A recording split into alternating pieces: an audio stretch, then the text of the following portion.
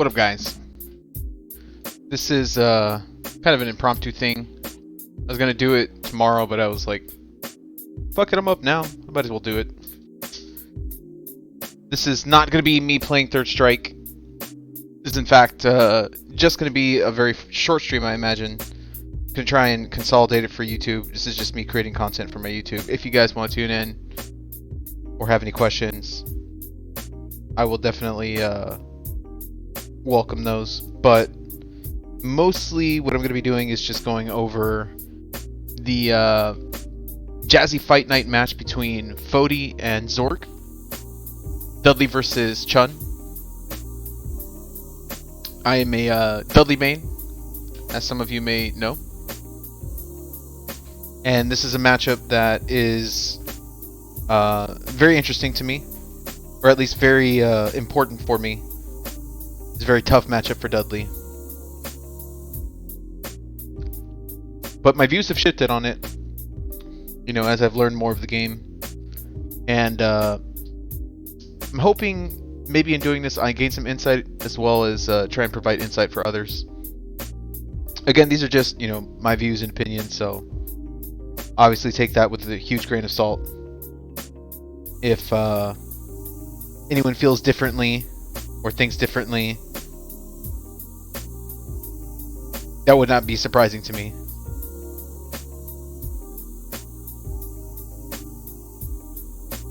I'm gonna give this a couple more minutes, and then we'll go ahead and jump into it. As always, though, if you guys would like me to review your matches, or if you would like any sort of insight into some matches that you've seen, definitely DM me. Get at me on my Discord, and you know, if you want to review them together, we could do that. Or if you want me to just like stream it, we could do that too. Just let me know. Yo, what's up, Benka? I was gonna do this tomorrow, dude, but I was like, fuck it, I'm just gonna do it now.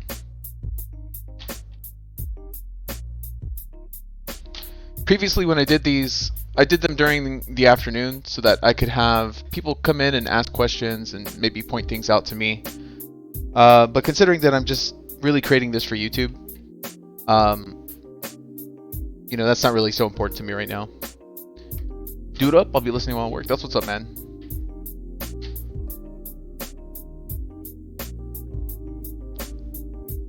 But yeah, give me a few minutes, guys, and we'll go ahead and get this started. Yeah, just stream and talk to yourself for a YouTube video. But why not stream? Exactly, Venka. Exactly.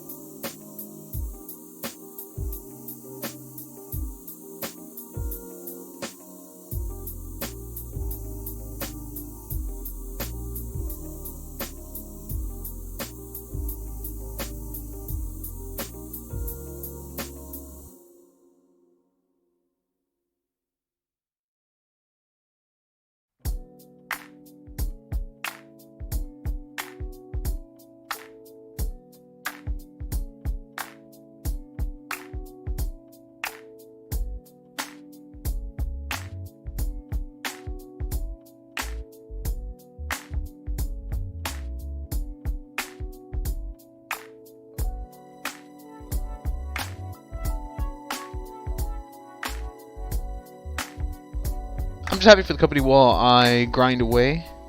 Got some games with J Word Bomb, trying to take advantage of the extra free time now that my J Records grinding is over. That's what's up. What are you grinding on now, dude?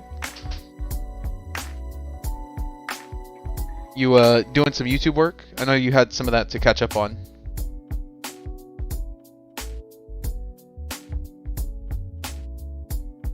Yeah, okay.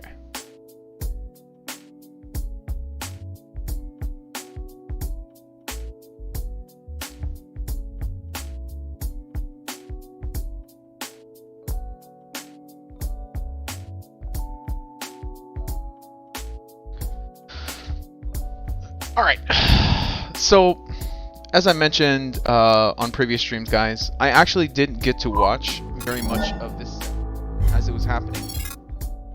I ended up only catching, I think, the first 3 or 4 matches, and it was pretty even from what I saw. But then I went back and I saw the final score, and I thought, there's definitely something to be learned here, right? The final score, spoiler alert for you guys that care, ended up being 10-2 in Zork's favor, which was kind of surprising. I expected Phodie to do pretty good. At least, you know, not a 10-2. At most, like a 10-5 if he was going to lose. But Adrian's the homie, and I was being hella biased when I made my prediction on JFN. I was pulling for him, but it's a pretty rough matchup. And then particularly given, you know, the online environment doesn't really help that too much. But we're gonna go through and basically watch this, and what I want to do, instead of you know, pausing every few seconds and just kind of doing what I did before on previous analysis videos, I kind of just want to give you guys my thoughts as I'm watching it, to let you know like what I'm looking for and how I view matches, in hopes that you know, something can be gleaned from that. Anyways, we're gonna go ahead and start it here. Unfortunately, we didn't get the first part of this round because Mutant was dealing with some technical issues. So we're just gonna pick it up here. This is the very first part of this set, and let's see how it goes. It looks like, you know, Phodie's doing pretty good though. He's got Chun, you know, down to less than half life in the corner. She doesn't have any meter. He's got almost a bar. A pretty good position here for Phodie.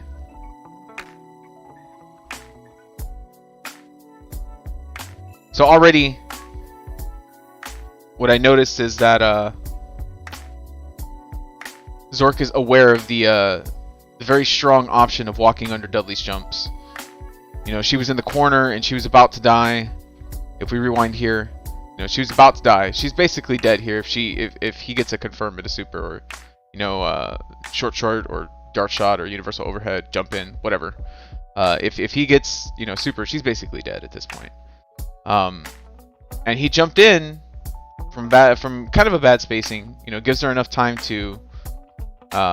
There's a very specific spacing in which you have to jump at Chun, but he just walks under. It's such a good option for Chun. That low forward one more time. Nice jab to stop the dart shot.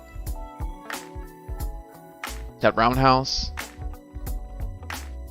Oh no, I think he could have punished that. At the very least, he could have thrown Chun-Li after that sweep miss. I have to respect her because she's got that meter now. And you know, he doesn't really have to do a whole lot because he's got the life lead, meter lead. Uh-oh. Not looking good now. Oh, nice. Could have converted into super. That would have been the round. Maybe he's trying to save the meter.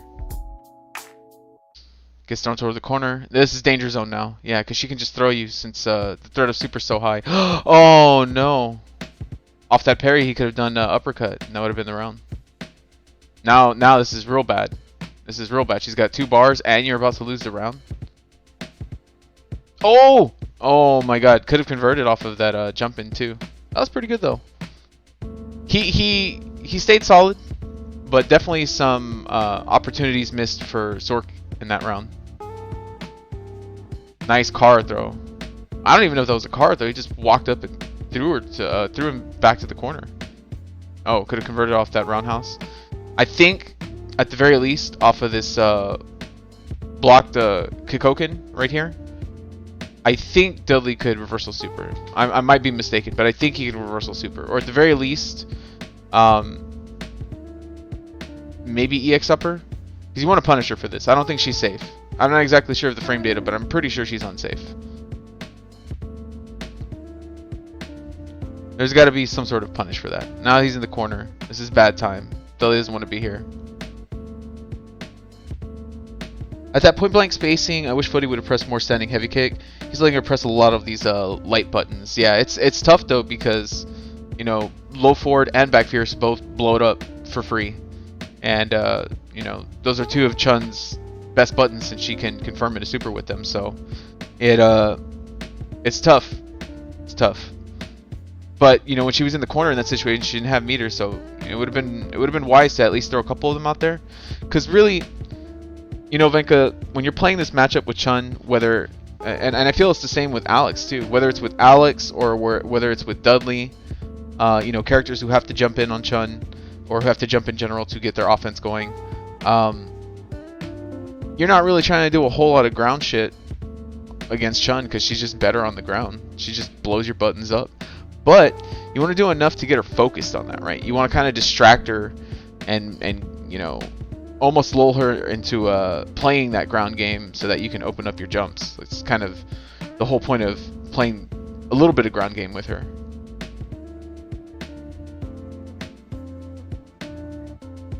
Nice. I don't know if she can Kara into her back throw. That looks like he's Karaing into the back throw. Look right here. I don't know if he can do that. Yeah, that back fierce. So good.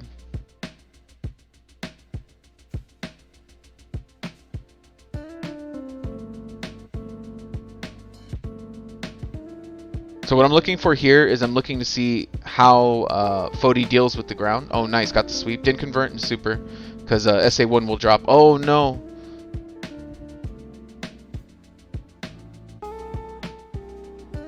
Reset. Doesn't get the super off the reset even though the roundhouse landed. That's fortunate for Phodie there. I like that towards forward. Oh, we gotta be careful with Chun too. In that situation, so a bunch of good stuff happened here. That was fortunate for him. Right here, this towards forward, they're kind of at your mercy here, right? They can try and go for a counterattack here, whether it be, you know, low jab or stand roundhouse, EX bird, you know, something fast to try and get you off if they think that you're going to attack again. And Dudley has some answers for those things, but another thing that, you know, could happen is she could just sit there and block, right? She could think that you're going to throw.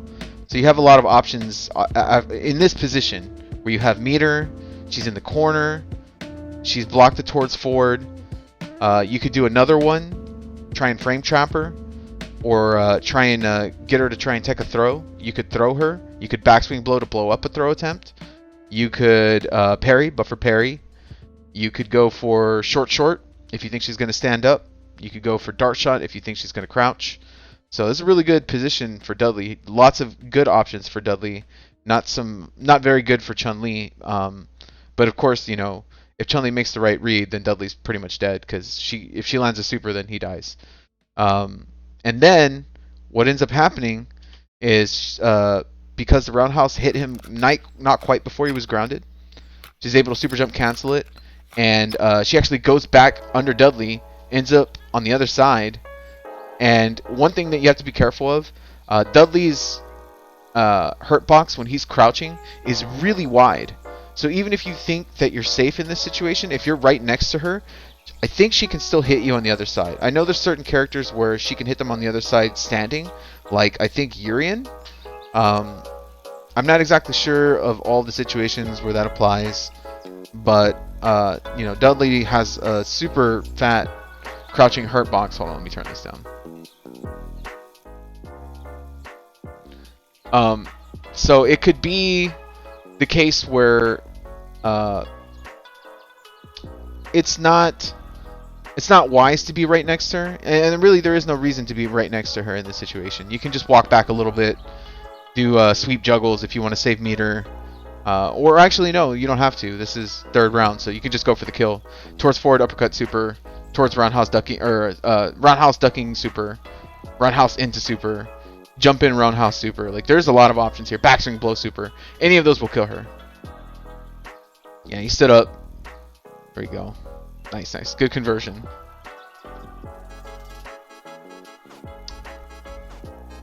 Anybody can Kara into back throw if they have frame perfect execution, so maybe it was accidental. Maybe.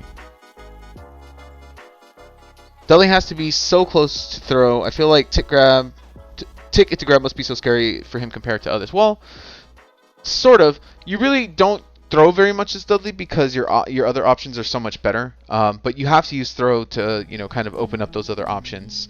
And really, the only reason why you're throwing is to get people to tech and open up either backswing blow or frame traps or something like that.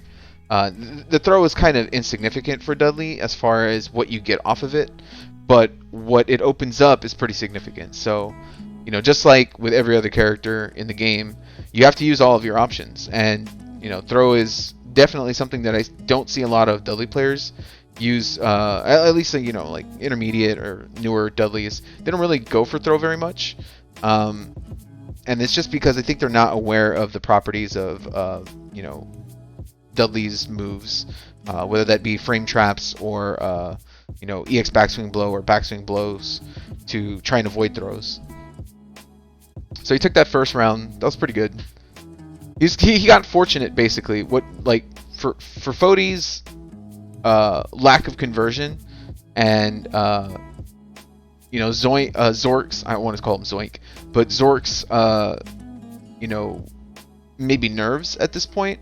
Zork made a lot of mistakes that Phodie was able to capitalize on. So it wasn't necessarily the case that Phodie won this round or won this match so much as Zork kind of lost this match. His neutral throw does good stun. Yeah, if they don't match out immediately, it does pretty solid stun.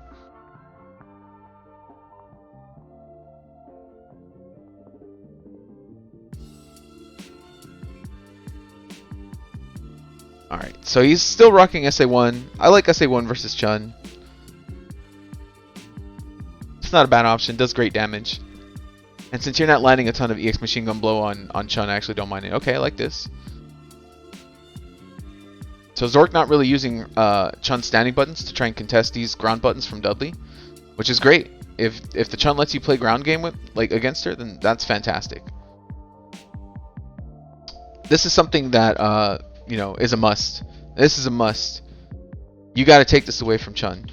This right here, either back fierce. Where is it? Back fierce into Kukoken. You got to take that away. Chun can't have that.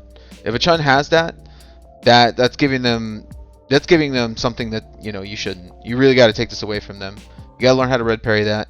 That is, if you're gonna play this matchup, you got to take that away, because if you get that red parry, that's so much damage. Stand roundhouse, EX machine gun blow, sweep, either ducking straight or ducking upper into super, depending on which super you have. There's so much damage on the table if you get that red parry, and if you let her just get away with it like this, it has enough pushback to where she's basically at the range that she wants to keep you at, right? She wants to counter hit with her back fierce, counter hit with her low forward, and kind of walk back when you jump from a far range to try and trip guard you, or if you're walking up and you're trying to jump from a closer range, she'll walk right under you. So it's it's very good spacing for Chun, and that doesn't even need to be the case if you just learn how to red parry it. Even if you miss it, right? If he's not expecting to go immediately into super. I don't think he can cancel into super after the Koken's already out there. So even if you miss it, not a whole lot lost. Might as well go for that red parry. Yo, what up, Caesar? What kind of streaming hours are these? Dude, this is not a stream, really. Like, this is trying to do some analysis for Phodie and for myself, basically, watching this Chun versus Dudley matchup. I haven't seen this, though, so we're going to watch it together for the first time. Text to throw in the corner. So right here, I don't like that he's so far away. You got to get up a little bit closer on her. You have to put pressure on her. She's got a bar. You have her in the corner. You can't let her just, wake up for free. Yeah, he just let her wake up for free. And what did she do? She did crouch jab. Oh my god. That's so fortunate. When Chunlins are giving you that crouch jab, that's a really good sign for Dudley's, because if you can parry that, you can get stand roundhouse into medium kick ducking into upper, and then you can get super, and that's all crouching damage. And it does so much damage on her. And that's just from taking away that low jab. If you can take away that low jab, that gives the Chun something to consider, in using that button. And even if I don't think that would kill, but even if it doesn't, you could throw a rose setup that takes away EX bird, and then you can do a follow up for the kill at that point, because I think she'll be very close to death after that. Either target combo 1 2 3 overhead target combo, or you could do backswing blow to bait out a throw or something. And there it is. Yeah, that's what I was afraid of, is that she was just gonna wall jump out. That's so smart of Zork to recognize. Okay, he's not pressuring me. I'm just gonna get the fuck out of this corner and just wall jump out. So that's why you don't want to you don't want to be right up on top of her, but you also don't want to be so far away from her that she gets up for free. Throws him back in the corner. Okay, that time just walked up. Yeah, kind of hard off of the throw to pressure like that since she tech rolled. Look at that corner carry. That corner carry was insane, right? Look at this. From one corner directly to the next. In one exchange, she went from being in the corner to putting Dudley in the corner as character, I tell you. Nice. Gets the reset. Stand roundhouse. Oh no, could have converted off of that. Oh no, could have converted off of that too. So again, Phodie kind of getting fortunate, you know, getting these breaks, not converting off that jump and run house. Could go into super there. Could have gone into super there. One of the strengths of Chun-Li in this matchup, again, walking under, being able to low forward, low jab, stand roundhouse when she walks under you or throw you. Oh wow, that was sick. That fierce to hit the sweep.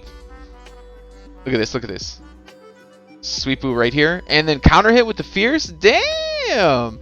I wonder if stand roundhouse would have counter hit there too, because it looked like he hit her recovering frames, maybe not necessarily her active frames. That was pretty sick. Oh god, that jumping. What is that? Jumping short, I think.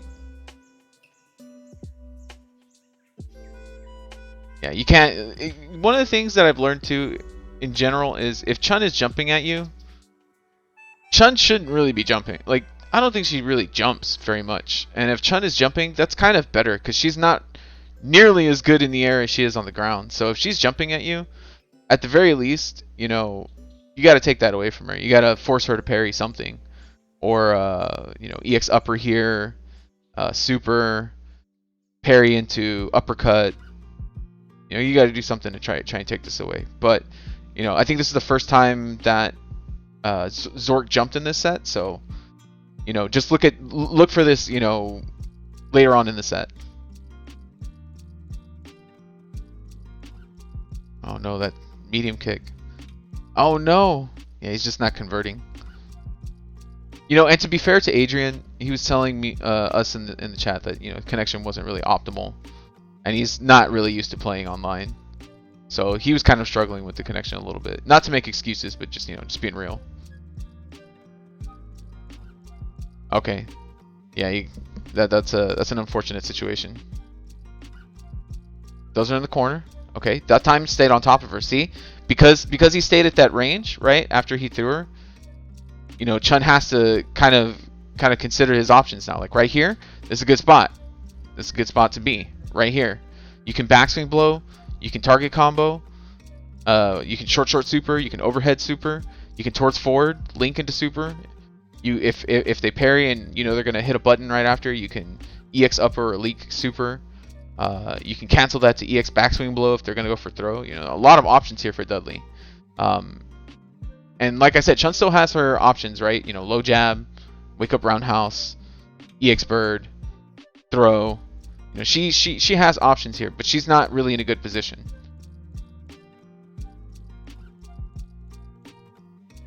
I wonder if Dudley can super Chun's roundhouse on block at that range. I know that roundhouse is negative, but I'm not sure by how much. I wonder if he can just ducking super to punish that, or if he can just do, you know, if he had SA3, I'm sure he could do SA3, but SA1 has such a limited horizontal range that I'm not sure that would have reached. Throws it back in the corner. He's getting really fortunate with these throws here. Nice. Good recognition to you know, see that overhead hit, but she wasn't crouching.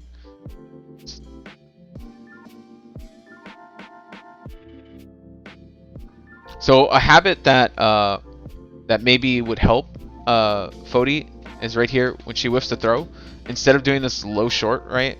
Like I know low short is like the faster option, and since you're already in the crouch state, like, you know, I think it's low jab that comes out if you crouch tech, but maybe low short is like a like just like a quick get off me button. But a lot of players, when they whiff throw, they'll down parry like immediately after, because they know like a good majority of players just want to hit a button and it's most likely going to be like a quick low. So if she gets this parry on this low, oh, that was definitely a crouch check. He got crouch jab, not crouch short. Yeah. You know, one habit that you could do, you know, to try and, you know, limit your crouch techs is to stand roundhouse in that situation instead of going for like a late tech. Maybe it was just like the, you know, the internet and he was just guessing the timing. But you know, something that if you're playing this matchup in a setting where you see the Chun you know, miss the throw, just go for the roundhouse. Just like throw it out there. And if they parry it, then, you know, you can go into other things at least from that. But low jab doesn't really lead to anything, right? And if they parry that button, you know, it's a bad time for Dudley. He's in the corner, probably gonna die. Stand roundhouse, okay. Stand roundhouse anti-air, so good. There's the sweep one more time. I wonder what he tried to get here. You see reversal? It looks like maybe just like a regular uppercut. Like right here. Yeah, it looks like maybe regular uppercut.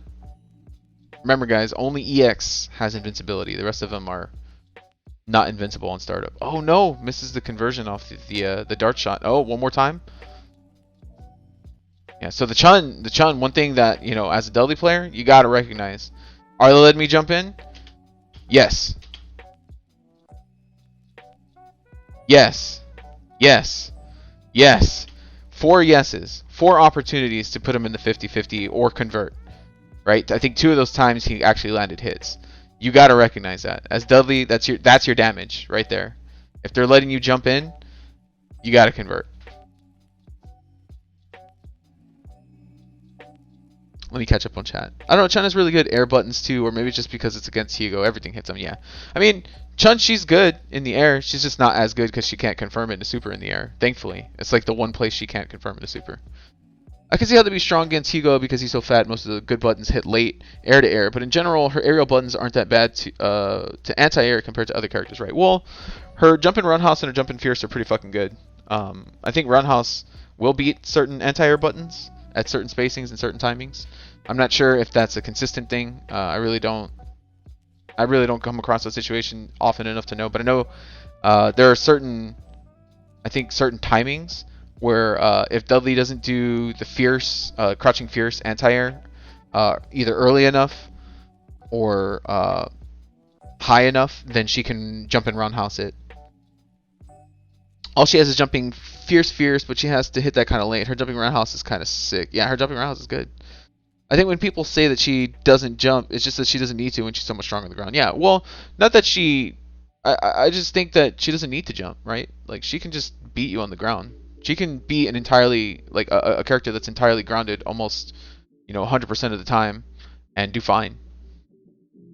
She doesn't need to jump at all. Her jumping heavy kick is really good, and that double punch move in the air is so fucking good against Hugo and Alex. Her air jab is really good, but characters with solid anti-airs, it isn't so bad, yeah. She confirmed jumping heavy kick into super, neutral jump, or toward jump, yeah. Oh no. There's that whiff. So, in this situation, if I were Phodie, and it's hard to do when you're in the middle of a set, or when you're in the, especially when it just began, and you want to get back in there and you want to fuck this Chun up. It's kind of hard to do. But one of the things that could help is just sit there and think about, okay, what was landing, right? In that set, what was landing that I gotta focus on. And a couple things that I noticed there. Zork likes to hit buttons when you jump over him, and he likes to walk at you a lot. So those are 2 things that I would take into account, right? Because if he's walking you down, and you know, he's not really building meter while he's doing it, that's kind of you know, a good sign, as opposed to her trying to keep her distance and building meter that way. If she's walking at you with not building meter, you know, you got to take that opportunity to be aggressive against her. And you got to find the spacings to do that. That's, you know, easier said than done, but that's one thing to recognize. The other thing to recognize is that your jump ins were landing. He was letting you jump in. Not every time, but enough times for it to count. You had 4 in a row at one point where she let you jump in. She didn't parry or she didn't anti-air. And when you land that roundhouse, you have to think 50-50. Either I'm going high or I'm going low. And you got to make those decisions quick. You can't, because the more time you spend thinking about it, the more time your opponent has to react to it. So you got to decide, or you got to have a decision already in your head. If I jump in, you know, I'm going high. You know, if this jump in lands, I'm going to go high. If it doesn't land, I'm going low. And you got to see how they're reacting to that too. Are they parrying? Are they consistently blocking? Are they getting a button somewhere in there? You got to respond to how they're responding too. So it's never just, you know, autopilot the decision, but you have to have a decision already in mind, because these decisions have to come quick, especially against good players. So, you know, when you're jumping in, that's something that you have to kind of recognize is how are they dealing with my jump ins, even post jump in, right? Once we've already established the jump in scenario, how are they reacting then? And that's a huge part of Dudley's game.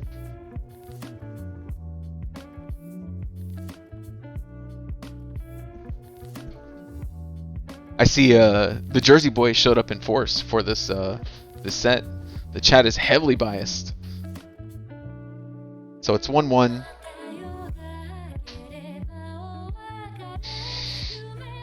Build some meter, Dudley. Build meter. I like that stand strong. One thing that maybe not a lot of people are aware of.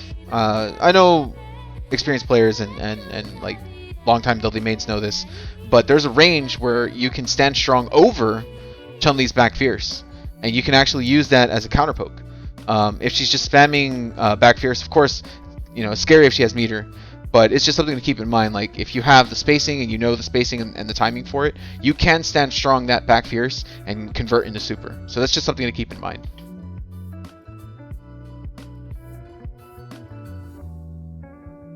Nice anti-air with the sweepu. Yeah, see there, she's building meter. Oh, nice conversion. Yes, this is what I'm talking about. There we go, Phodie. That's what I'm talking about. Yeah, I don't mind that roll so much. She might have been able to super. Let's see if she could have supered. Did he throw it right after? I think she could have supered. I think she could have punished you for that. Luckily, she didn't. And there's that Kikoken again. Man, the sweeps are really getting to Phodie. She's getting a lot of mileage out of that sweep. Look at that sweep. Oh my god, back fierce. Yeah, so that round was just Phodie being impatient. He just wasn't being patient enough. You got to build meter while you're in this position. Like, for you to be able to keep up with Chun's damage output, you got to have meter. It's just a must. You got to be careful with these lows. She can frame trap you with the back fierce. Oh, nice conversion. Well, that was kind of tricky. Got that fierce. Nice dash under. It's very smart. Here we go. Oh no, I don't know what happened. No, what happened, Phodie? Just let go. So that match was just Phodie not being patient enough. It's very easy for Chun to deal with Dudley if he's just rushing. I don't know if he went for the red parry. There was no reason to do that. He could have brought it up. He could have survived it and then parried the last hit, got a good damage combo and brought it back. Wow. Close standing medium kick anti-air. There we go. Oh no. After this, look, especially if you landed at this height, you get the jump fierce to the jump roundhouse right here. Jump fierce. Right here. I think you can do towards forward or stand strong uppercut. Yeah, roundhouse maybe not, but towards forward and stand strong are pretty fast. Wow, look at that fucking hitbox. Oh my god, look at this shit, dude. She fucking hits him with roundhouse on the other side. On the other side. Look, he's clearly... Oh my god.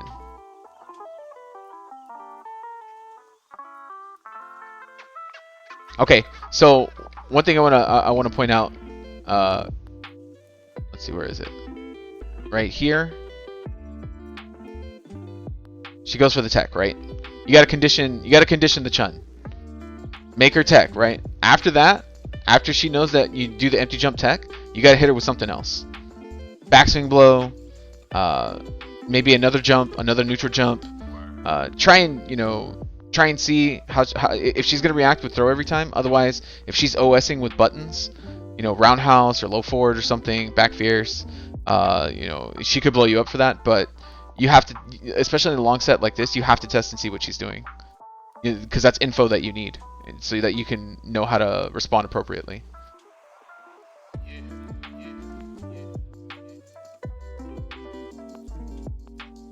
Low forward, could have converted off of that. Just using the threat of super now to get these throws off. Bad situation for Dudley. Yeah, so one thing that he didn't need to do here is when he was escaping the corner, you didn't need to hit this fierce punch. You could have just jumped out. That jump out is good. That's a great jump out. She went for throw. It's exactly what you want. But what you don't want is you don't want to throw a button, because then she can trip guard you, or she can punish you before you land. Luckily, only got that jab there. Oh, fails to convert off of the sweep. Oh no, short into EX. I swear, he's got to have something that he could punish there.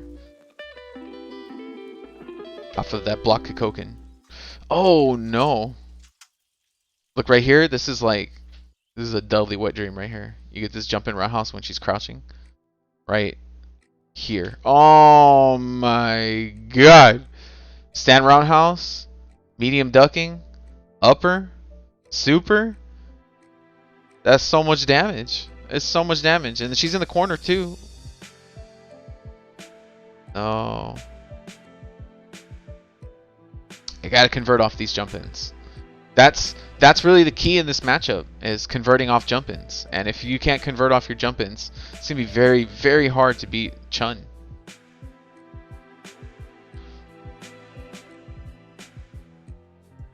Pressure here. Yeah, that roundhouse not really doing a whole lot for him right there. But he's got to build meters, so that's not too bad. Okay. So one thing that was fortunate there is I think he was going into machine gun blow. That looked like the startup for machine gun blow. And before he gets to doing it, it's almost like he jumps into it because he's airborne when you hit him out of it. So between the startup and before he starts actually doing the hits, if you hit him out of it, he becomes airborne, which is why he popped out of that low forward super. Oh no, fails to convert. Just a roundhouse. Definitely didn't want that. Is that back fierce?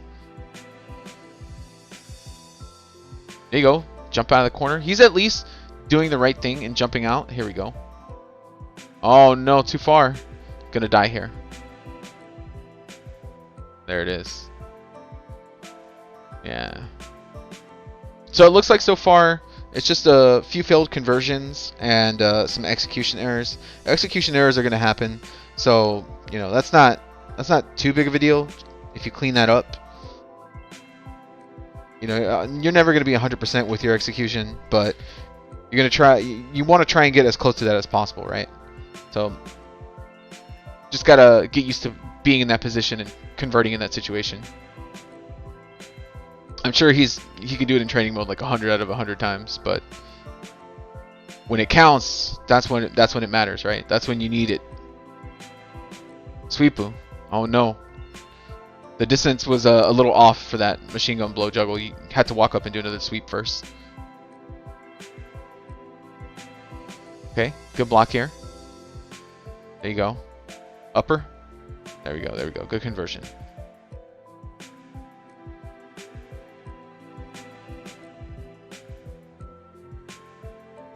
Low strong there. If you add, Adrian, if you watch this later, if you add ducking behind that, you can confirm in a super. Just a way to confirm that low strong.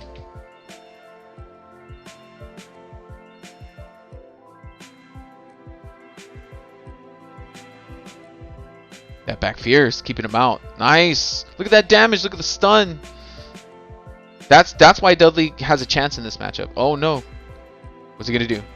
Oh my god, that's definitely not what he wanted. EX machine gun blow or your stand roundhouse upper. Actually, I think at that point, let's see, where is it?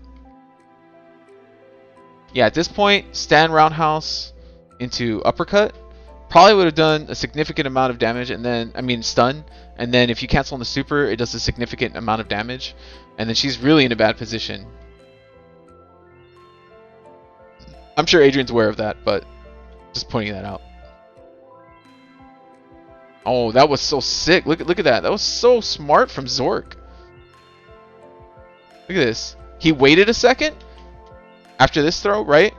Recognizing that Adrian was just jumping out of the corner, right? And hit him preemptively with this roundhouse. Oh my god.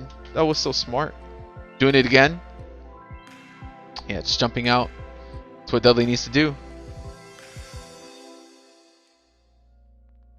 So that was a good jump spacing that time, but she could have walked back.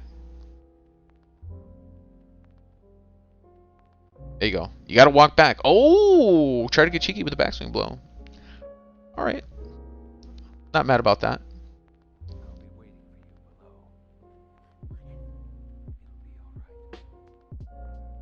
Here's where you can do like some of that stand strong stuff. Stand fierce. Give her something. When she's just like walking at you, she's not really doing back fierce or anything. Especially like stand medium kick. You know, the longest time I was thinking like, you know, try and parry something to try and get in on her, but really like that's super dangerous. Because if she gets the hit, then she's gonna go into super right. So I think the way I think of it now is just, you know, instead of trying to go for parry and convert off that, or instead of trying to you know, just constantly jump in, you know, the goal really should be to, you know, make her take a little bit of risk and keep her out of the distance that she wants to be, right? If you can get a counter poke here or there with a stand fierce or a low strong, those are wins.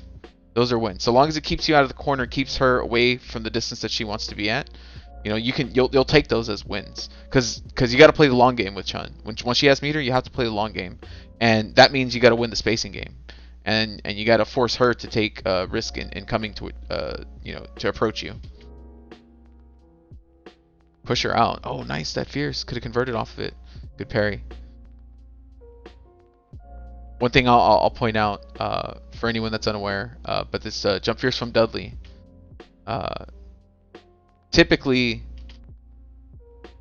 you know, once you parry that, they'll just immediately land. But Dudley, because when he does his fierce, whether it's hit or parry, he lands just a little bit later. Just a little bit later. Oh. That would have been the perfect time for a jump in button. Nice fierce. There you go. That's what I'm talking about. Give her something to think about. Make her... Oh, no. That dash under was sick. Roundhouse confirm. Oh, my God. Chun-Li's. But luckily he has the health to deal with both of those. Oh, no. I think he could have punished this fierce with a roundhouse. She misses fierce here. I think roundhouse might have hit. And then you could convert into super. Especially because he went for throw there. I don't know. I would have had... I think I would have had to be in that situation. Oh, my God. The dash under is so... It's so nasty. It's really tough to deal with. You gotta walk her back in that situation. So one thing that I would try and do, you know, since she's trying to play keep away, she's just backing up. She's trying to build meter, right? Like, not a whole lot you can do about that. But one thing that you can do is you can win the spacing game, and let her walk back. Let her get to that corner, close to that corner. Yeah, right there. Just walk her down. Walk her down, because you had her basically where you wanted her positioning wise. Right? There's no real need. She's not playing a bunch of ground game with you. Just walk her down. She didn't have meter yet either. The cosmos is also within us. We're made of star stuff. We are Jumping heavy kick would have punished that with fierce. Yeah, I think so.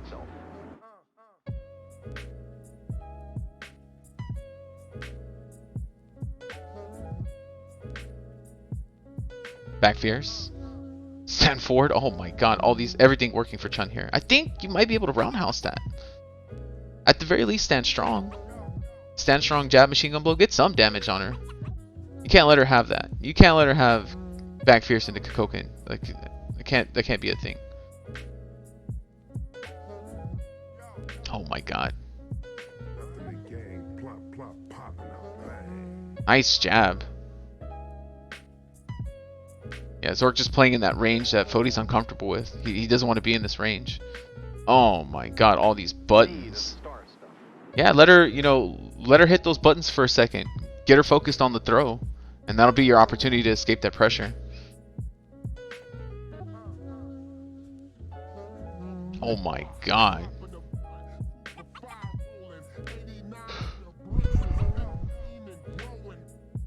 He had a lot of opportunities to convert there. Off a jump in, off the towards roundhouse, off the low short. Like, I think all of those hit in succession. Let's see. Here we go. He gets jump in fierce here. Bam.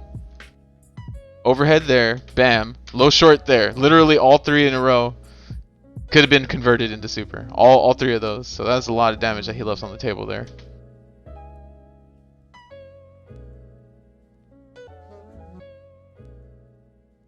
Oh no. Oh, canceled it late. Like hella late. No. Might be some internet issues.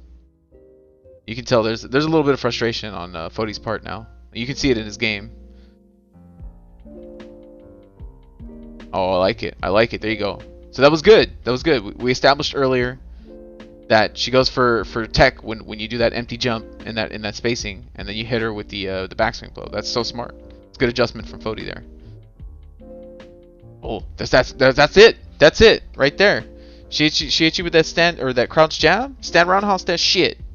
Right here. Parry this shit. Bam. Stand roundhouse. Ducking. Upper. Super. Oh my god. The damage. Zork hasn't demonstrated any ability to anti-air, but whether it be because of technical reasons or because Phodie just isn't there yet, he isn't confirming anything yet. That was one of the things that I was saying. That was my caveat for the set, right? Like, if Zork can confirm, that's a different matchup. But if you can't confirm, then that's definitely to Dudley's advantage. He's hitting some nonsense after his jumping roundhouse, whether it connects or not. Yeah, he's not really converting off the jump in, and that's what you have to look for. Not necessarily the roundhouse, right? Obviously, it's easier to confirm off the roundhouse and get combos and connect your usual stuff because that's what you're used to. But in this matchup, it's not really going to be an option for you very many times. So you have to adjust your focus to the jump ins. Gets in the corner. Oh, nice. I wonder what happened there. Let's watch that exchange one more time. I want to see what happened to allow her out of the corner. Hits her with a backswing blow. That's fine. She hit low jab there. So if I'm playing Zork, that's what I notice, right? This guy doesn't want me next to him. He doesn't like me next to him, and he wants to hit his fastest button possible. He's already shown me he's kind of liberal with his low jab use. So that's something to definitely take notice of. In that situation where she could go for stand roundhouse, or she could go for like a back fierce or something, or stand strong, one of her better standing normals, she opts to go for low jab. So that's something to remember, because especially in the corner, oh my god, you can get so much damage off of that. There we go. Missing that. Definitely not confirming.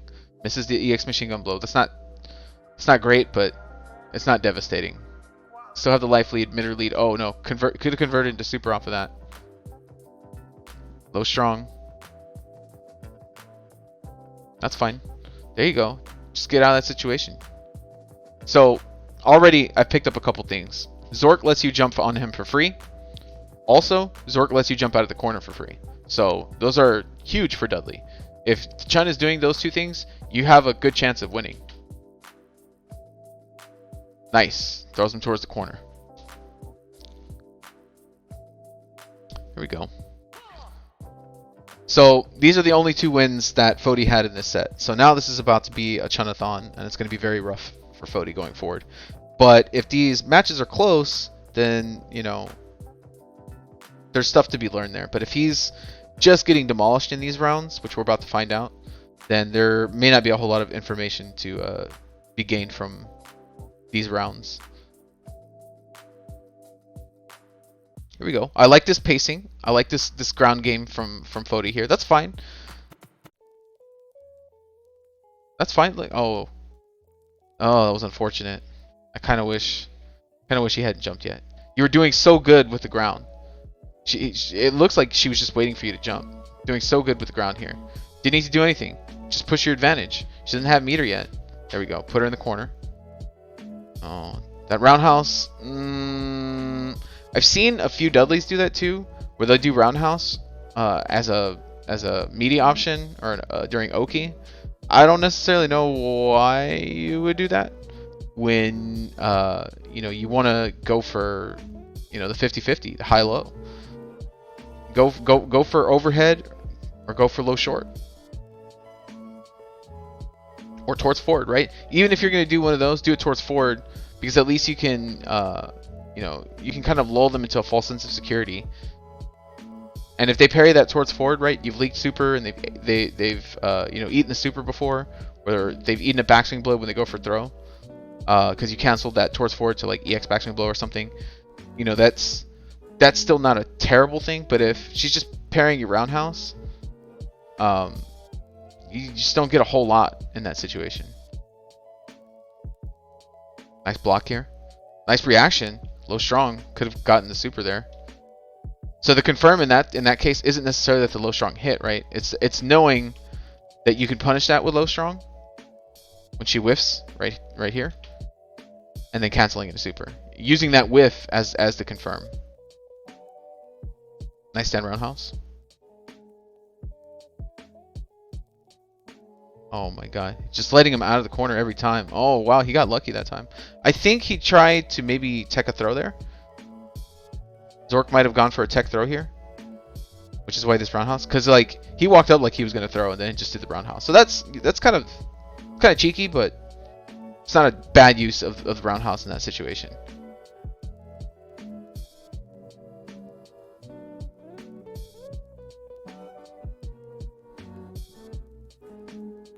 That's fine. Yeah, that's fine. There you go. Good. Side switch. Eats the super. What's the mix up? Gonna end up on the other side? Nope. Nice fierce. One more. Now she's out of meter. At this point, if you die, it's not terrible, because at least she doesn't start the next round with meter. Like, it's almost better to just die at this point, and not let her get meter. That's how dangerous she is with meter. It's almost better. Yeah, this is the worst case scenario, is letting her build meter this way. It would be better to just kill yourself before she gets that meter. If you weren't planning on trying to take that round and just sitting there trying to build your own meter, your meter is a little less significant than hers is at that point. Yeah, because look what happened. You started the round off because you gave her the meter. You started the round off, and now you're almost at 50%. Like 4 seconds into the round. Missing these confirms off of the duckings.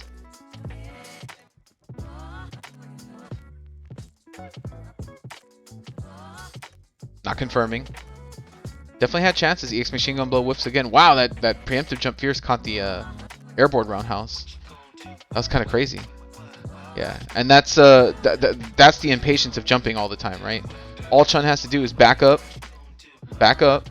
build that meter, back up, low forward. So the first time she did it, she hit you with crouch roundhouse. Second time she did it, she did low forward. Let me catch up on here. Phodie needs to hit stand roundhouse after his jumping roundhouse. I don't see why Dudley doesn't do that unless Chun is red pairing. He's hitting so much random stuff after his jump ins. She just Kara back grabbed him into the corner again. That was intentional. Yeah, that may be something that he's doing. I don't think I've seen that too often, actually.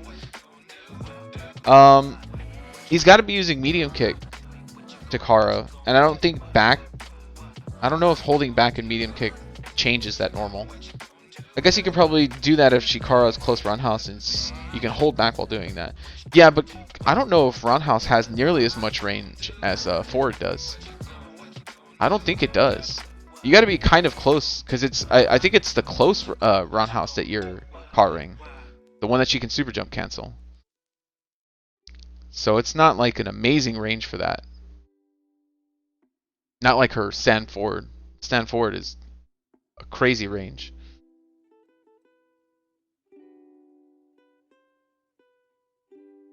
Okay, that was a weird way to start this round. So I don't know what that was. Look, he just holds up and starts doing roundhouse, and she's just whiffing fierce in his face. I don't know what is happening in this round now. Back fierce. Again, there's that Koken. Take that away. That's a lot of damage. Don't think he could convert it anything else off of this jump fierce that he lands. Let me see. Maybe stand strong into machine gun blow. Let's see the distance. Maybe. But remember, the only machine gun blow that you can land after stand strong is jab machine gun blow.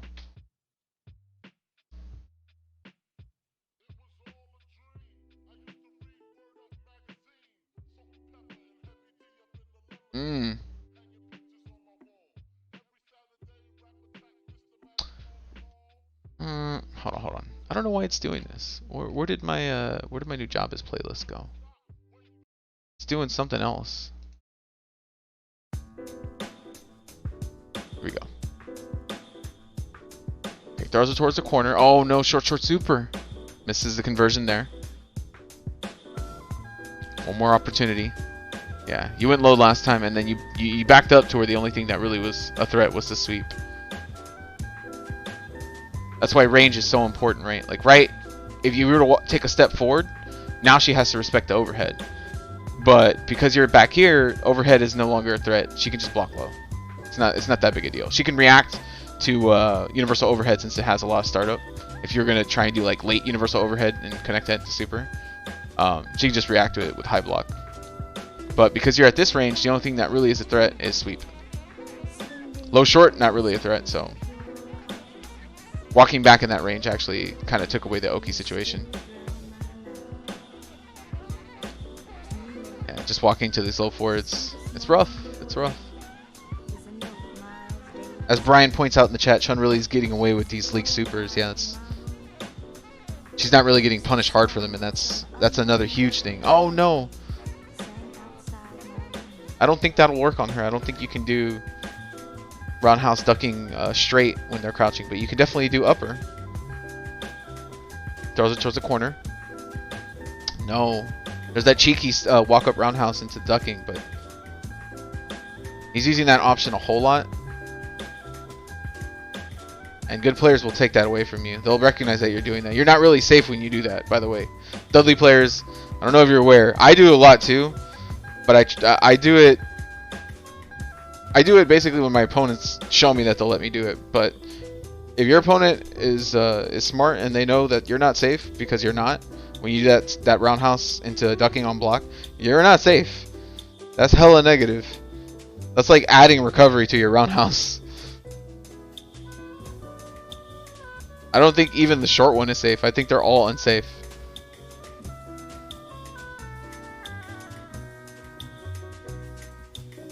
Yo, what's up, Brian?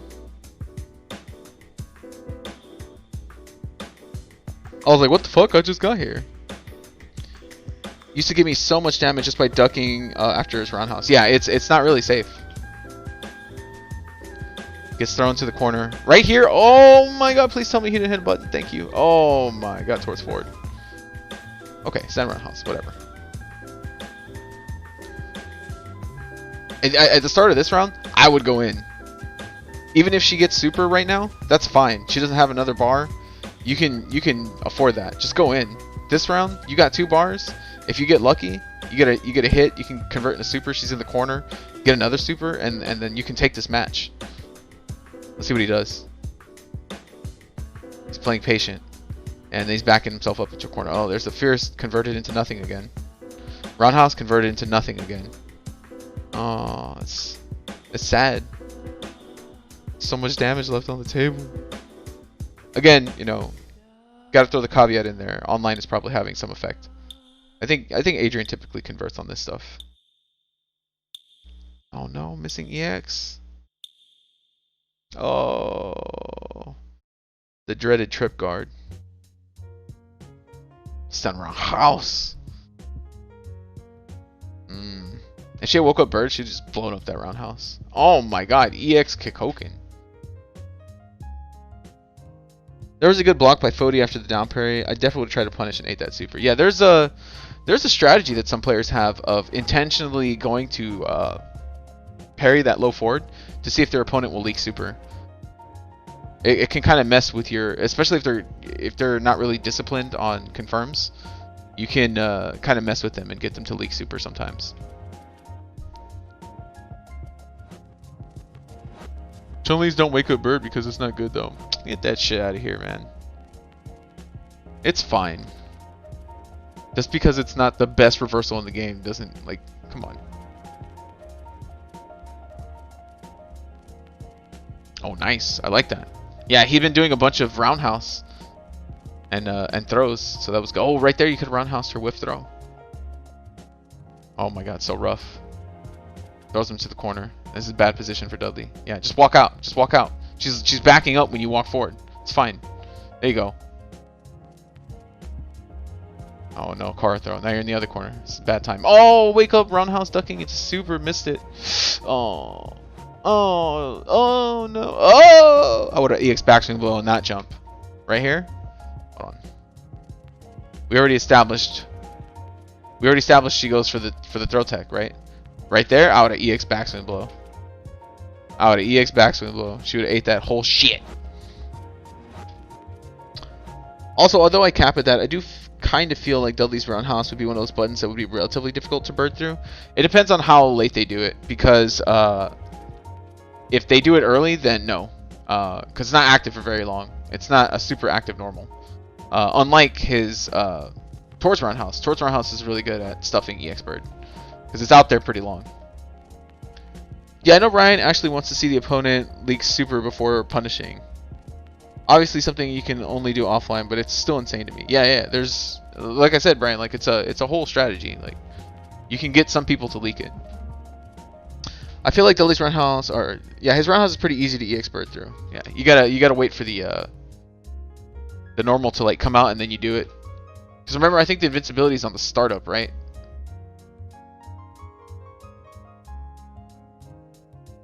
And it's not a very active frame. It's just or active normal. It's just a good normal. The hitbox on it is really good.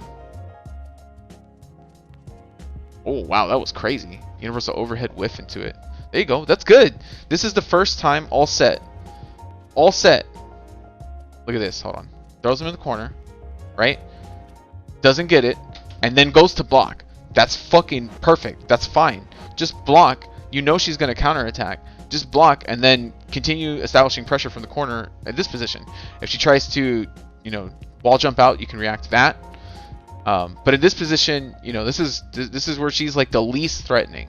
Is where she's in the corner and you're just outside of her throw range. That's fine.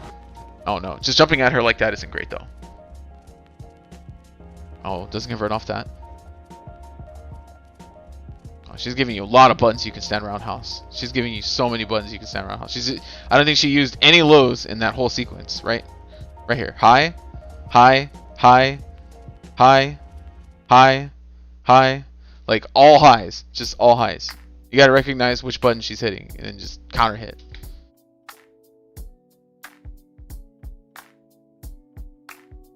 Oh, could have got super off that too. It would have been crouching. Oh my god, no, don't throw her. Don't throw her after that. Blow this bitch up. So one thing to make note, I learned this recently. Even though she's crouching, or it looks like she's crouching, she's not in a crouching state. When you punish her like this, she's still considered standing. So you could technically get EX machine gun blow off of this. I have tried several times to punish this, like as early as possible with stand roundhouse ducking upper, to see if it gives me crouching damage. But no, the upper will not connect because she's not in a crouching state.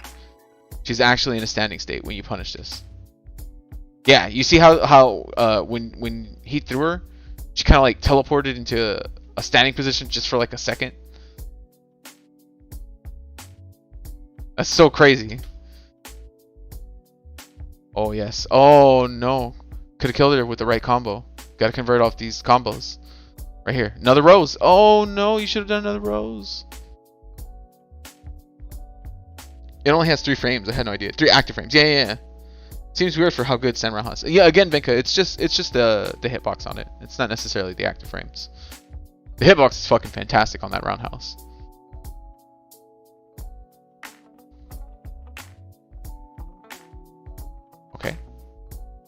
Great pressure here from Zork. That whole pressure sequence was beautiful. Look at this.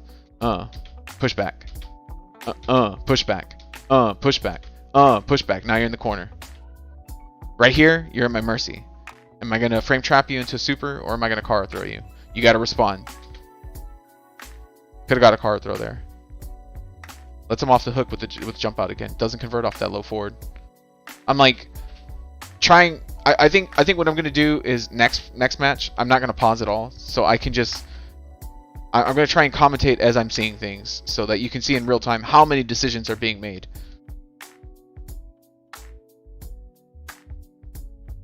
Nice. Wow, could have converted off of that too. Just holding up. Oh no! Remember, that doesn't work on her. You need the crouching. You need the crouching combo on her. Oh my god! Please punish that. Oh. Oh, she's so negative. Oh, okay. Oh, it's not. There was nothing she could have chipped you with. She should have just stayed solid. Oh no.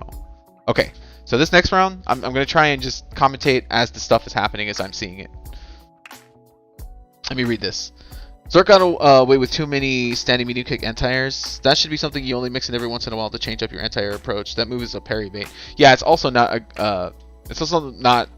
something that you really are scared of getting hit by. So it's like, you get hit by that, it's like whatever. The damage is so minimal, I don't care. All right, so let's see what happens here. Again, remember, when Chun doesn't have meter, that's when you want to be aggressive. That's when you want to go in. Walking in, low forward, stand fierce. Establishing the pace. Now you're close to the corner. Yeah, you don't want to be close to the corner. Get in her face. There you go. There you go. Play this ground game with her. Play the ground game with her a little bit more before you start jumping. Oh, could convert super. All right, dash throw. Got to be ready for those. Nice jump out. That's that whiff. Oh no, that whiff medium kick was definitely a car throw from earlier. There you go. There you go. Let her hang herself. What are you doing? No, don't go in. Just hold your position. Oh, hate that. Fucking hate that shit. Don't let Chuns do that, guys. Oh my god, universal overhead. I think he might have been able to convert there. Okay. So she punished that universal overhead probably with throw there.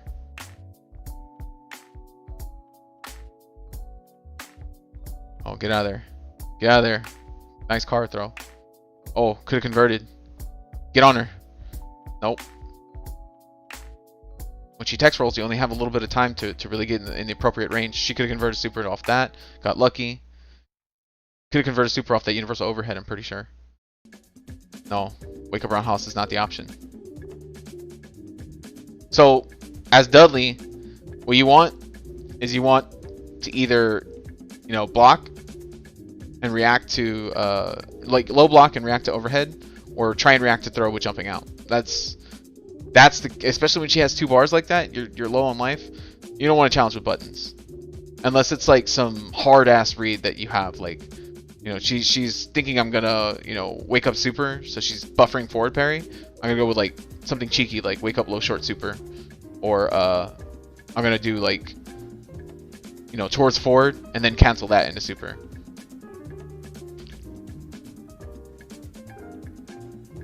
I only do when it is okay. I was gonna get dinner, but I'm full after eating a huge L sandwich. Yeah. Shout out to Chulak. That match was so good. So I like this. If I'm Phodie, I'm also taking a hell of a long, like 8-2. You're not gonna win this set. More than likely, you're not gonna win this set. Even if you play fucking great, even if you are playing amazing, you're more than likely not gonna win the set. Once you're down 8-2, that's a really huge deficit for this matchup. To beat Chun 8 straight times, or 8 out of how many tries here? 10 tries. That's gonna be fucking tough. So at this point, all I try and do is I try and make the score respectable. But the first thing you gotta do is you gotta collect yourself mentally. You gotta focus on what makes Dudley good: converting off jump-ins, counter hitting, and mixing up the throw options. and then really converting off of those three things. Like those are the three focal points of your games in this set. And if you're not doing any of those things, it's gonna be fucking hard. It'll be hard to win. 8 out of 9 really, since he could only lose once. Oh, that's true. Wait, no, he could lose twice.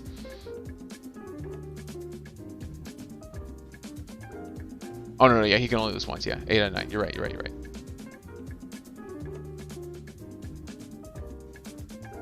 So he's taking his time here. I like that. Take your time, collect yourself. Wish he would have done this earlier in the set. But this is the problem with Dudley's. We're very impatient. A lot of us just like to just go in there and just fucking hit them buttons. It's the character, man. It's the character. Uh-oh. Gray screen. Oh no. Oh no, what's happening, Mutant? Mutant, please. Well, RIP the stream. I don't know what's happening here. Okay, there we go. Fortunately, not a whole lot happened, but she's in the corner. She has a bar. It's not good. There you go. There you go. That's fine. Them throws ain't a super. You gotta tell yourself these things, you know, in the match. There you go. Get her league super. Punish this, please. Yes. That's fine. Get your B&B punish. Oh, you could roundhouse that. Yeah, she's crouching, man. It's gonna be hard to hit her. Oh, that was good. That was a great exchange. The patience on that was great. Oh, could have converted off of that towards forward. Oh man. So one of the things that Mutant always says, you know, is if you're gonna go low with a purpose, right? Meaning if you're doing low short, look to confirm that shit. Look like you shouldn't just hit the button just to hit it. You should hit it with the intent of trying to confirm into super. And I think the same thing applies for Dudley's towards forward. It's something that I've been working a lot on my own game, and it's hard. So it's, you know, it's way easier said than done. But you know, if you're using that towards forward, you really have to zone in on whether or not that thing is hidden.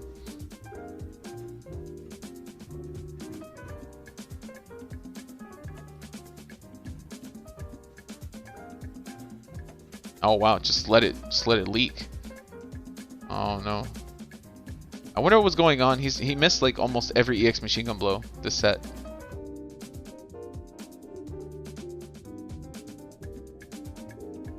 No.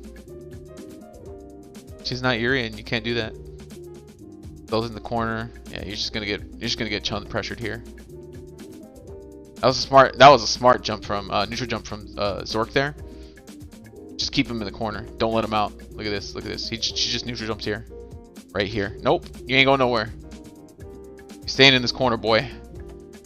Bad time for Dudley. Oh, could have converted off of that. Would have been huge. Oh, there it is. Yeah. Just playing impatient at this point. And you can tell the frustration is set in for Phodie. Like he's just frustrated.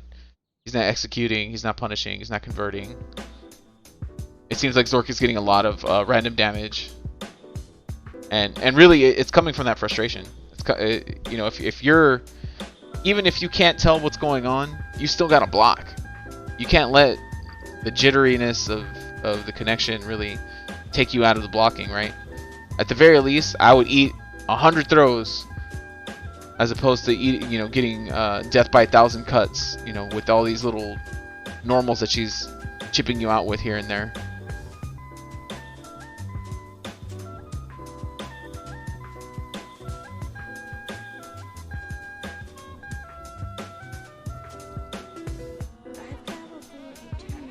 Oh my god, Chulak. About to rename the stream to Jazzy Bathtub because we seen 3 washes. Damn, Chulak. The other player needs to work on his basic confirms. Jumping roundhouse to jumping fierce into super, yeah. Uppercuts is right. HMS uppercuts. That's exactly correct. You need to work on these confirms. Jump confirm into super is Baroque. Yeah, Kennen Black knows too. You know, Kennen Black is a really strong Dudley player. I'm sure that's the training that Zork was receiving was versus Kennen Black, so he knows you can't let Dudley jump. But unfortunately, you know, he has been letting Dudley jump a whole lot, and it's just been a lack of conversion from Yeah, that's not negative. Go. EX machine gun blow. Oh, nice! Follow-up conversion, a little bit of extra damage there. Yeah, it looks like he's trying to be aggressive here, but again, you can only be so aggressive versus Chun. Remember, you're playing against a god. You're playing against a broken character. And when you're playing against a broken character, that means you can't give them opportunities. Wow, that jumping was deep. You can only be so aggressive. And really, you can only be so aggressive because after a certain amount of attacks, you're outside of the range in which you're really a threat, and that's the range that, you know, Chun wants to be in. Because she can keep you outside of that range. Look at this jump in here. Oh my god, I don't really think there's anything he could convert it off here, but just the fact that you hit that was sick. Kikoken anti-air is interesting.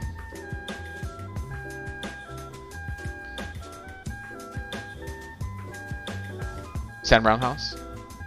Okay. I like that. Oh no. Yeah. She wasn't doing the ground game yet. Oh no, you can't let Chun dash for free. That Chun dash is really not that great. Nice! Good conversion. At the very least, throw like a crouch strong or stand strong or something to try and catch that dash. Roundhouse might not be fast enough sometimes, but stand strong should be. Oh no, yeah, he's dead here. Yeah. Yeah, you can just tell like he was done with the set. He might have been done with the set like in game 7. Or when Zork got to 7 wins. You could tell like he just gave up. Goes him in the corner, doesn't want to be there. I can't believe that Fierce just straight up whiffed, but it's Chun. There you go. Low forward, takes it. Good stuff to Zork. Zork, you know, he really wasn't doing a whole lot. He's playing the matchup the correct way, but he wasn't converting the way that, you know, a Chun-Li typically would. And this matchup, it can be kind of frustrating for a Chun. You know, to play against a character that doesn't really want to play the ground game with you can be tough. Especially if they're insistent on jumping. And you have to play a game that's not really, you know, traditional. Like a footsie's game like you would versus Ken or versus Hugo or versus, you know, the Shotos or, you know, other characters that are going to try and play the ground game. Makoto. But, you know, a character that's jumping at you a whole lot, you know, like an Akuma, a Dudley, an Alex, an Oro, you know, that can be frustrating too. That can be really annoying to deal with. So shout out to Zork for staying composed and at least sticking to the game plan. On Zork's end, you know, he really didn't have to do a lot because, you know, it was just Phodie not really converting and not really sticking with the game plan that I'm sure that they came up with. You know, he just kind of was trying to brute force his way in there and try and make things happen. But it can be that can be the exact reason why you lose. Is just, you know, trying to force your way in. And while that's generally true that you do have to force your way in, you have to do it very patiently. You have to do it as safely as possible. And part of that is reacting, sitting there, being patient and reacting. You know, if you're not used to playing that patient style game, it can often feel like there are whole 10-second blocks where nothing is happening and the tension is just building up and you're like, what the fuck are we doing? We're just sitting here. But really the battle that's going on is in positioning. It's just, you know, maneuvering slightly, whether it be walking in or walking out, or you know, dashing, or just trying to position yourself in the range where your normals are more effective or your jump is more effective. And those are the things that really only happen in neutral when you're being patient. So you need to kind of, you know, take a second and try and assess, like, you know, where is she moving? Why is she moving there? You know, what is she hoping to gain from moving in this position? And in recognizing that, you know, it can help you deal with that a little better, right? Like if you know, like for example, in this set, a lot of the time Zork was just holding forward. She was just holding forward, and it really wasn't until you started, you know, throwing attacks that she would stop, and then she would, you know, or that Zork would stop, and then Zork would kind of like start to back up or start to do lows. And that is what you're looking for to try and open up your jumps. Is once she's stopped moving and she's no longer mobile and she's focused on the ground game and she's trying to do her low forward or her back fierce, you can open her up with jumps after that. But only at that point is it really okay to kind of jump at her? Otherwise, you know, it's going to be very easy for her to walk under your jumps, to walk back from your jumps, to dash, to go air to air, to parry, to anti-air. You know, if Chun is just standing there and Dudley's just constantly jumping at her, she can go through her entire routine of anti-air options, and you'll die before you get to see all of them. So it's, you know, it's just a matter of being patient enough to play that game with Chun, and that's really the key in opening up the jumps, to be able to convert off of the damage or convert off of the jump in.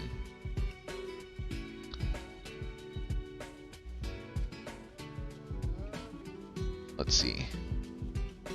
Sometimes, even when you know Dudley is going to jump, it's hard to stop them all. Like when I play Alex, I know he's going to jump all day and I'm looking for it, but he still finds ways, yeah. Well, if the Dudley players have to learn, and this is just fucking facts, but you have to learn how to parry as Dudley. If you're a Dudley player and you can't parry, you're going to have a very tough time winning versus almost anyone good, because they're going to know how to anti-air. So you got to be ready for, you know, not just typical anti-airs, but like those layered galaxy brain anti-airs. Those, they'll never think of this. You got to be ready for those too, because sometimes they'll hit you with them.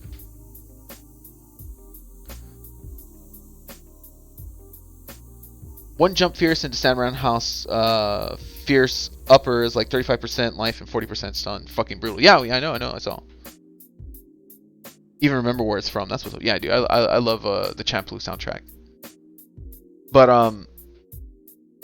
you know what Brian said is true. You know, if you can convert off of a jump in, and you can get that max damage, it really makes a Chun have to laser in on that, and then it kind of takes a little bit away from the ground game, so it's not so much of a threat. And it's a juggling, or it's a balancing act, right? Where you're juggling, you know, trying to stay focused on the ground game, trying not to lose the spacing game, trying to make sure that you're building meter, while at the same time not being predictable, not putting yourself in the corner, and not letting Dudley jump in on you.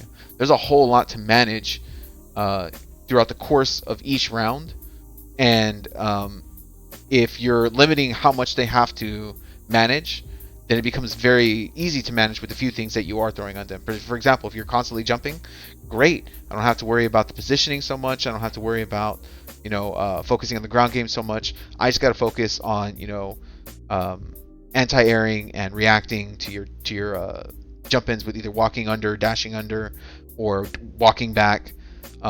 Even going air to air sometimes just to give you a different look. Air throw is something that I know that Crimson Wolf, who is now retired apparently, was something very good at, because you know, most players, their tendency when you go air to air at someone, buffer parry, right? And you just expect the button to go out there, and when you get thrown, you're like, oh right, she has that too, because why not? Of course she would.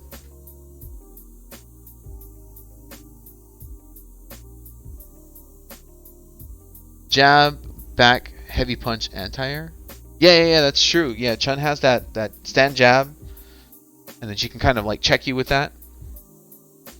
There's a trick for that. You do back punch, or back heavy punch and heavy kick. Do you have -1 leg to do? Oh, and then do the rest of it for the yeah, man, if you can get, you know, back fierce into lightning legs, that's basically the anti-air right there. It's going to be very tough for anyone to be able to deal with that. There's players always retiring. Jazzy retirement home. Put a revolving door in the Jazzy retirement home. Yo, what's up, Slade? How's it going, dude? Probably going to end this here. Couple things for Adrian to take away, and anyone else who's watching this and hoping to gain some insight. Convert off your jump-ins, guys. In this matchup, got to convert off your jump-ins. That's just the way that this matchup is played. But the other thing to take note is how the Chun is dealing with your jump-ins, and what buttons Chun is using to try and get you off of her, or keep you off of her, right? Or get you away from her. Is she doing back fierce a lot? Is she doing stand strong? Is she doing low forward? Is she doing low jab? Is she doing close roundhouse? You gotta pay attention to those things and deal with each one of those things appropriately and react. That's the tough part of this matchup, is reacting to all of her options as well. It's not just her reacting to your options, it's also you reacting to her options.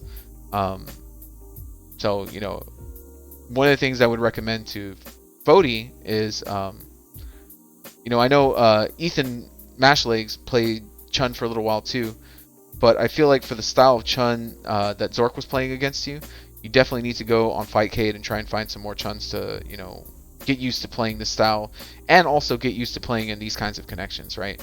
You know, playing in these sets can be, you know, a stress all their own, or nerve. You know, they can induce nerves. Just because, you know, it's the audience, it's the stream, the people in the chat.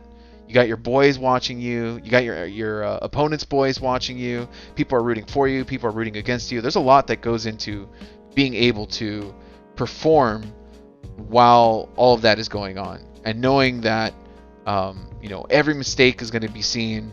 It's going to be criticized or analyzed. Every drop, every missed input. You know, that stuff psychologically can kind of take away from your game. And if you're not, you know, you're not focused, and you're not able to tune that stuff out, or you're not used to that environment to be able to do so, then it's going to make playing a hard matchup like this even harder. But I got to give props to everyone that competes in this, because it's not easy. You know, it's easy for me to sit here and you know, do, you know, analysis after the fact, but, you know, playing in it and recognizing all of those things and adjusting and reacting and sticking to the game plan, all that stuff is pretty hard to do. But Zork was able to at least stick to his game plan, and that's why he was basically able to come out on top. I think as far as players being used to the platform, I don't know that I've ever seen Zork play online, so it may be the case that neither one of these dudes really plays online. But I know for sure Phodie doesn't play online. He's mostly just an offline player who you know, plays with his crew. And while I do love that the Scrub Series guys are so dedicated to helping each other level up, I feel like, you know, they could do with getting some experience playing other people. You know, playing people outside of the people that they you know, typically play with. And in particular, for a Dudley player, you got to play Chuns, you got to play Yuns, you got to play Makotos, you got to play Kens, you got to play Akumas, you got to play Urians. You got to play all these, you know, matchups, because they're all very unique and important for Dudley to know.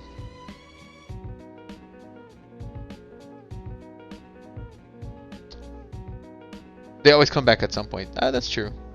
There's so few Chuns in Europe that play on Fightcade, at least. Yeah, it's hard to find Chuns online.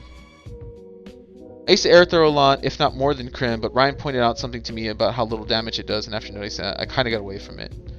Yeah, I think it's just like a, you know, one of those options that you can kind of surprise people with. The Scrub Series guys are generally pretty are pretty homogenous, yeah. And there's nothing wrong with that. I think it's good that it's almost good because they're like pure, right? Their styles are their own. They haven't really been tainted by playing other people and picking up stuff from them. But that can also work against you when you end up in an environment like this, where, you know, if the only Chun you're used to playing is Mash Legs Chun, and then Zork doesn't play at all like Mash Legs, you're like, fuck, now what do I do? I'm only used to this like one style of Chun. I'm only used to this one style of Ken. I'm only used to this one style of Alex, or one style of Urian or Hugo. And if you come across someone who doesn't play that style, and they got an entirely new style, they got gimmicks and tricks and mix-ups of their own, or they have a completely different, you know, style, whether it be oppressive or defensive, or a good mix between the two, able to switch back and forth. That stuff can be, you know, very hard to overcome in a first to 10 the first time you see it. So you know, Third Strike is a game where it's important to get experience, not just, you know, playing the game and doing training mode and grinding out execution, but also trying to play as many different people as you can. That's part of why so early on I was so interested in, you know, jumping to different platforms and playing people on other platforms, because my whole thing was, I just want to play new people all the time. I want to play new people that I haven't played before, or people that you know, I'd never even heard of before, and try and get experience, you know, that way. So while I think it's cool that the Scrub Series guys are so, you know, dedicated to playing with one another and helping each other grow, I think it would also do it would do well for them to kind of play outside of their group too, every now and then. Maybe not constantly, but just every now and then.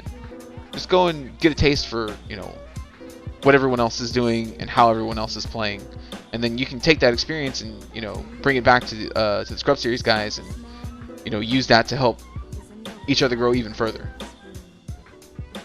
I have mad respect for anyone that plays in these sets or even tournaments that are streamed. Putting your gameplay out there like that is tough, and anytime on stream and tourney, my first thought is, please don't embarrass yourself. Yeah, that's totally true, Brian. You know, it's why I feel, I don't know if this is the right way to do this discussion, but it's why I feel let me frame it this way. I feel that tournaments and in an offline setting is, you know, when you're sitting in front of a crowd at a major, or you're playing in an arcade with all of your friends, or you're, you know, in a different city because you're traveling there for an event, and you're in the Lion's Den, and you're going up against a guy, and all his homeboys are there, and everyone is, you know, everyone in the city's backing your opponent, and everyone wants to watch you lose. Those situations you can't replicate in the online world. You just can't. You can try, but they're not quite the same. Even with an online tournament, right? It's not quite the same. And especially if it's being streamed, those stresses are things that if you've never come across before, that are going to drastically affect your gameplay, whether you're aware of it or not. The first time you come across it, you're going to be like, wow, that's really stressful. So that's why, you know, I feel so strongly about offline competition. There's something about performing when, you know, when it's hard, when it's really hard, and when the pressure's on, that really can either bring out the best in you, or it can show you how much more work you actually have to do. So I definitely feel while online has its place, you know, it should just be seen as training for when you get to those situations. Yo, what's up, Yogurt Brain? Playing outside of your general group helps you grow as a player. Definitely, definitely, definitely.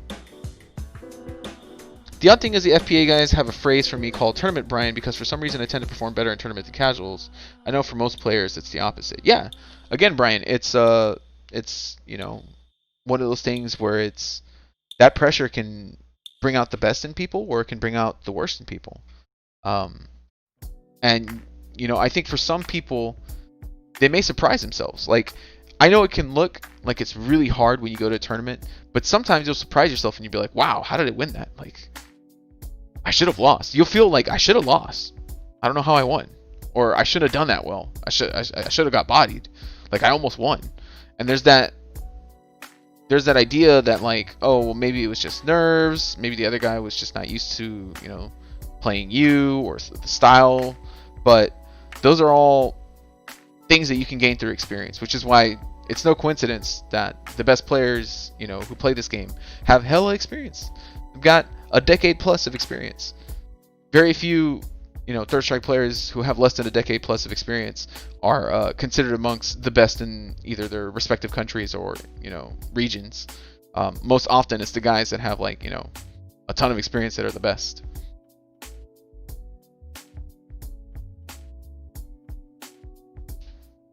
Anyways, guys, that's going to end this portion of the analysis. Thank you guys for hanging out. This was really just for YouTube, but I'm glad that you guys were able to stop by and chat with me. I offered before, I'll offer again. If you guys want me to go over any footage, it doesn't have to be Dudley. You know, maybe I don't have to stream it, or if you want me to just record it just for you, we could do that too. But if you guys want to go over any sets or any matchups with me one-on-one, DM me. Get at me on my Discord, and then we can arrange a time that we can do that. But, you know, I'd be more than happy to try and help people learn as much about the game as I can. I obviously don't know everything in this game, and sometimes I get stuff wrong. So if you guys you know, want to do that, open to it, I don't know the next time I'll do another one of these things, just because, you know, with COVID going around, I don't know when the next time we'll be able to do something like this is.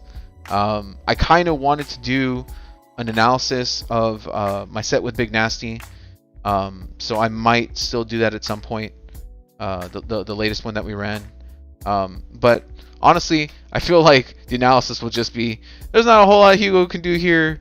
You know, Dudley just kind of fucking owns him in these situations, and it's super hard for him. Like, there's just not a whole lot of analysis outside of, like, it's a really tough matchup for Hugo. So we'll see.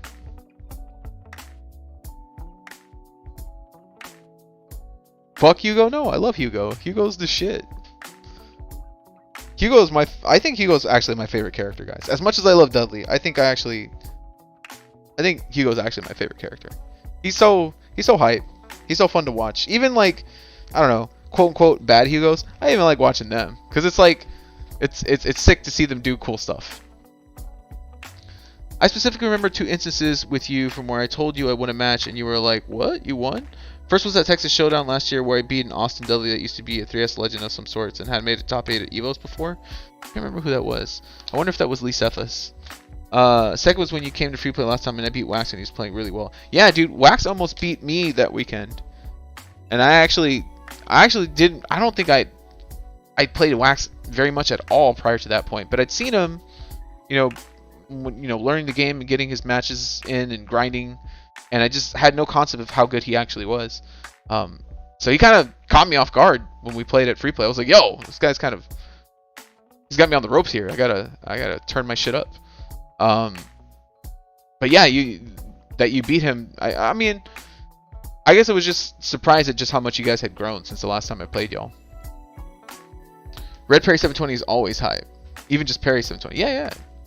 Or just like standing 720 if they have it, like Tachi Gigas. If the Hugo can do that and land it, that's always hype. That name sounds right. It might have been Lee. I don't actually know too much about Lee Cephas, actually. I just know that he's like an Austin OG. Onaguy's a Hugo god in that respect. Yeah. Shoutouts to Onaguy. Twitch.tv/Poverty Game Night, guys. Anyways, guys, I'm gonna go ahead and switch over. Thank you guys for hanging out. I'm gonna do a rundown here, guys. Earlier today, Twitch.tv/Spife hosted his Squad Strike event with Bonesta, Brother Nero, and I Am the Weatherman. That was a pretty good event. I actually caught most of it today. It's the first time I actually got to watch most of the event, and it was really good. Shoutouts to those guys. They got a lot of consistent competition there. A lot of the people that I've been playing with recently actually end up playing on that stream, so it was cool to watch those guys compete in that environment. Shoutouts to Envy and Randomator and all the people who were playing with me on Saturday. But what we just got done watching was actually a first attend that took place on Twitch.tv/Mutant Experience. Go ahead and make sure that you guys are following Mutant. He uploads every event to his YouTube page as well, which is just Mutant Experience, same as his Twitch channel. Keep it nice and uniform. If you guys want to find out more about events that Mutant is doing, or try and reach out to him about Jazzy Fight Night, sign up for Jazzy Fight Night. You can go to tinyurl.com/Jazzy Fight Night to sign up for future fight nights. But if you want to keep up with Mutant himself, definitely follow him on his social media at MutantXP on Twitter.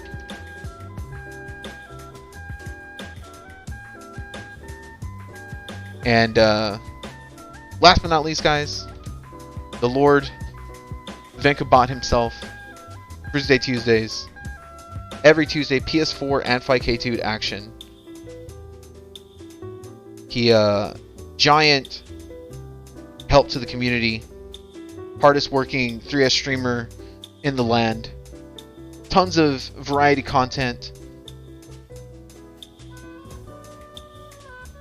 If you would give him a follow on both his Twitch and YouTube page, it would be doing me a giant favor.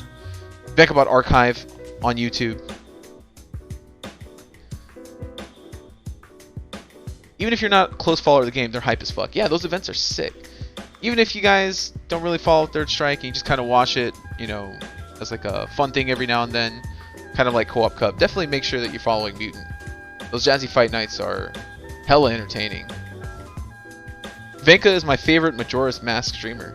Brian, I don't know if you're aware, but he figured it out last stream, dude. He figured it out. He finally did it. The last Majora's Mask stream, he did the thing. He went in the house. He got the Keaton mask. It was sick. Yeah. It was, I told him he was going to be upset when he found out, and he was upset. By the way, guys, before I get out of here, I have one more thing to plug. I got one more thing to plug here. Make sure I get this correct. Guys, you know I love it when Third Strike players have content, and I'm all about promoting the Third Strike homies. The homie Yogurt Brain sent me a link to this killer album that he put together recently. Invasion of the Body Snatchers. Go listen to it. It is a free album to listen to. Created by Yogurt Brain 3S. So I would say amongst, there are actually quite a few people in the Third Strike scene who do music and production quality and musically and artistically. I would put Yogurt Brain right up there amongst the best in the scene. So please give it a listen. Share it with your friends. Share it with your family.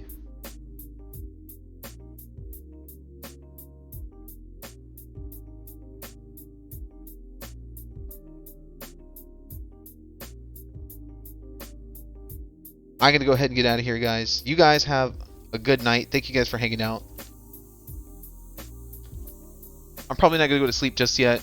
I'll work on getting this to YouTube. And then if anyone wants to hit me up, I'll be up for a little while. I'll be on Discord. Hit me up, guys. I just saw your messages, Slade. So I'm going to get to that in a second. I'm glad I was able to help Venka.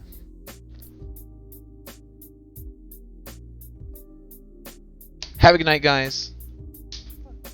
I will see you guys later.